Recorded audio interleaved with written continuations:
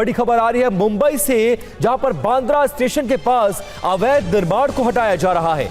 करीब 500 घरों पर चल रहा है बुलडोजर। रेलवे और बीएमसी की टीम का यह ज्वाइंट एक्शन देखने को मिला है। हाईकोर्ट के आदेश के बाद रेलवे और बीएमसी इस अवैध निर्माण को हटाने की कार्रवाई कर रही है।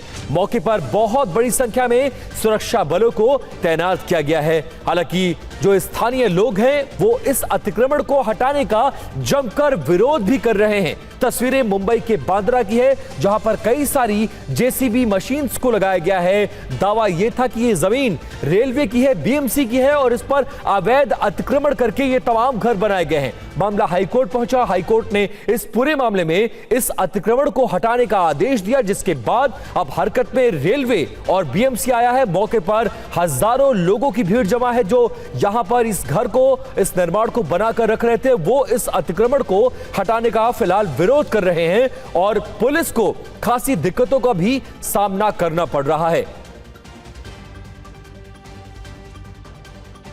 तो ये दो तस्वीरें देखिए, अवैध निर्माण पर किस तरह से बुलडोजर चल रहा है, और दूसरी तस्वीर में आप देखेंगे पुलिस की भारी मौजूदगी और जनता वो वहां पर इस कार्रवाई का विरोध कर रही है।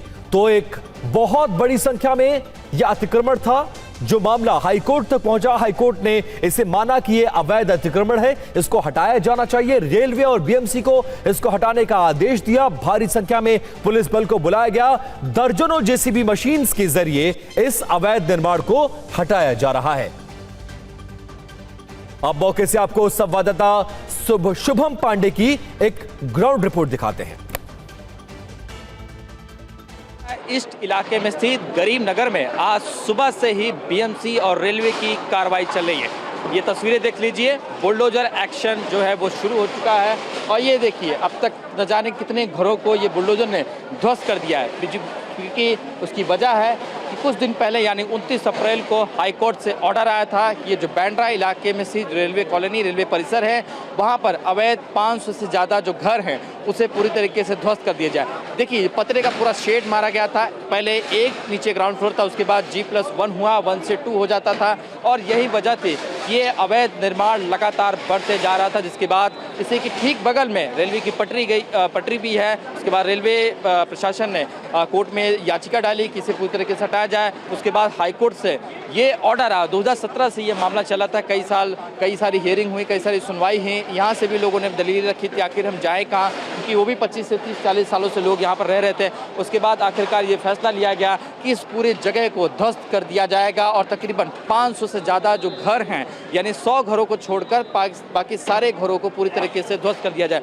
और आज सुबह से ही देखिए जो बुलडोजर कार्रवाई है वो पूरी तरीके से दिखाई देगी। लोगों ने अब तक घर जो है खाली कर दिया है, जरूरी सामान जो है वो लेकर बाहर निकल जा चुके हैं। और ये जो परिसर है, ये हम कह सकते हैं बांद्रा स्टेशन, बांद्रा ईस्ट बहुत महत्वपूर्ण इलाका है। यहाँ से बीकेसी की कनेक्टिविटी मिलती है, कुछ ही दूरी पर बांद्रा टर्मिनस है। तो ऐसे में पब्लिक की जो भीड़ होती है, लोगों की जो भीड़ होती है, वो हमेशा यहाँ पर दिखाई देती है। और यही वजह है कि जो रेलवे का लैंड था, इसे पूरी तरीके से हटाने के लिए कई सारी याचिकाएं कोर्ट में दाखिल की थी, जिसके बाद हाईकोर्ट ने 29 अप्रैल को फैसला लिया कि इस पर कार्रवाई की, कैसे हटाया जाए। और आज का दिन ये सुनिश्चित किया गया कि ये जो गरीब नगर में जितने भी झुपड़पट्टी अवैध जो बनाए गए हैं उसे पूरी तरीके से हटा दिया जाए। और सुबह से ही तकरीबन 10 बजे से ये कार्रवाई जो है चलते हुए दिखाई दे रही। सारे लोग अपना सामान लेकर रोड के उस पार खड़े हैं और उम्मीद की किरण लगाए बैठे हैं कि शायद कोई स्टे मिल जाए या कुछ ऐसा प्रशासन की तरफ से रोक दिया जाए ताकि अपने घर में जा चुके। लेकिन कई सारे लोगों का घर इस वक्त जो है वो ध्वस्त हो चुका है। कल शाम से ही लोग अपना घर खाली कर चुके हैं,